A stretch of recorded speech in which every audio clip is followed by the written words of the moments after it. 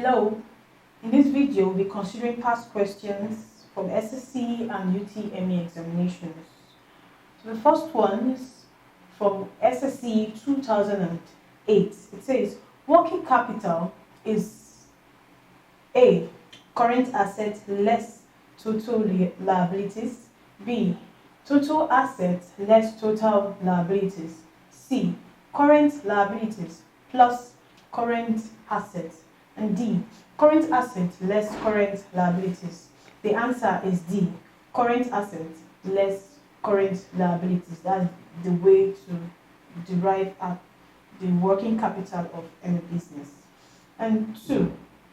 From 2013 SSC examination, it says the size of profit of a business is measured by the A. The closing stock, B. Opening stock, C. Total purchases, and D. The rate of turnover.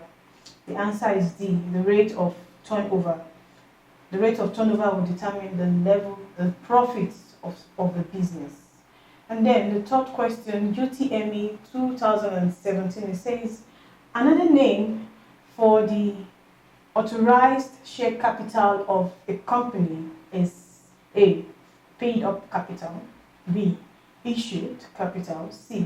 Subscribed capital, and D. Nominal capital. The answer is nominal capital. Remember that we said nominal capital can also be referred to as authorized capital. And lastly, we have from UTME 2012, it says the capital of a sole trader can be increased by A. Debiting the capital account, B. Crediting the capital account, C. Debiting the cash account, and D. Crediting the cash account. The answer is C. Debiting the cash account.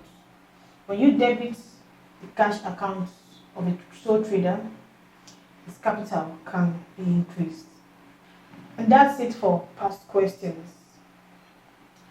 Make sure you check the advisory, which will help you in passing your examination.